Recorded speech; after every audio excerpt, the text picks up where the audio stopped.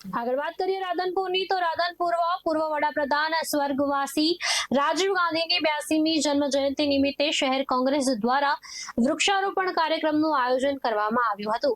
રાધનપુરના બોલમણી કબ્રસ્તાન ખાતે યોજાયેલ આ કાર્યક્રમમાં કોંગ્રેસના આગેવાનો અને કાર્યકરોએ વિવિધ વૃક્ષોના રોપા વાવી પર્યાવરણ જાળવણીનો સંદેશ આપ્યો હતો।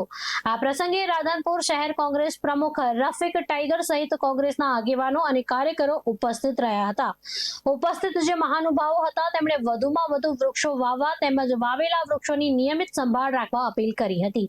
એની ઉજવણી રૂપે પ્રદેશ કોંગ્રેસ દ્વારા આપવામાં આવેલો આ કાર્યક્રમ રાધનપુર શહેર કોંગ્રેસ દ્વારા આજે વૃક્ષારોપણ કરી અને અમે ઉજવી રહ્યા છીએ। રાજીવ ગાંધી આ દેશના ભારત રત્ન અને સૌથી યુવાન વડાપ્રધાન જેણે વિજ્ઞાન ટેકનોલોજી અને કોમ્પ્યુટર ક્ષેત્રે ખૂબ ખ્યાતિ મેળવી અને આ દેશને આગળ કર્યો। એમના વિઝનને આગળ લઈ જવા માટે, એમના વિચારોને આગળ લઈ જવા માટે કોંગ્રેસ પરિવાર હંમેશા તૈયાર રહ્યું છે।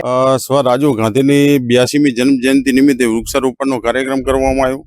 એમાં આપણા સૌના લોડકવાયા તથા ભારતના પૂર્વ વડાપ્રધાન સ્વ રાજીવ ગાંધીની 82મી જન્મ જયંતિ નિમિત્તે તેમની સ્મૃતિને શ્રદ્ધાંજલિ અર્પણ કરવા અને પર્યાવરણ અને સંરક્ષણના સંદેશને જન જન સુધી પહોંચાડવા દેશના સમગ્ર યુવાનો સાક્ષર અને ટેકનોલોજીકલ માઇન્ડ સેટ ધરાવતા હોય, આપણો દેશ વિજ્ઞાન અને ટેકનોલોજીમાં વિશ્વની સૌથી આગળ હોય। આજે 82માં જન્મ જયંતિ વિશે અમે જે કાર્યક્રમ રાજીવજીના જન્મ જયંતિ વિશે કાર્યક્રમ ઝાડ અને વૃક્ષારોપણનો કાર્યક્રમ જે રાખેલો છે એની અંદર રાજીવજીએ જે આ દેશના માટે શું કર્યું છે એ મારે કહેવું છે કે જ્યારે આપણા દેશની અંદર એક ટાંકણી પણ નથી બનતી ત્યારે આજે